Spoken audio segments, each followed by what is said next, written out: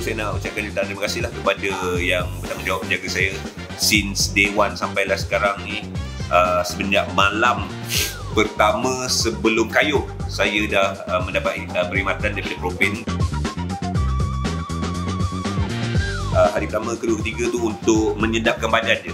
Saya terus terang sepanjang saya 5 hari berbasikal sejauh 450 km, first time saya tak kena simpul biawak, time tidur menggeliat apa tak kena, first time saya tak ada cramp, tak ada apa. Sekali harian terakhir lepas kayuh, rupanya dia punya tekanan sampai tak ada suara pun ni, sampai sumbatlah hidung. Saya selalu pain bila pergi dekat Propain, memang profesional. Terima kasih banyak-banyak, saya rasa selesa. So alhamdulillah, terima kasih Propain. So saya syorkanlah untuk anda cuba datang ke Propain ni dekat area Shah Alam.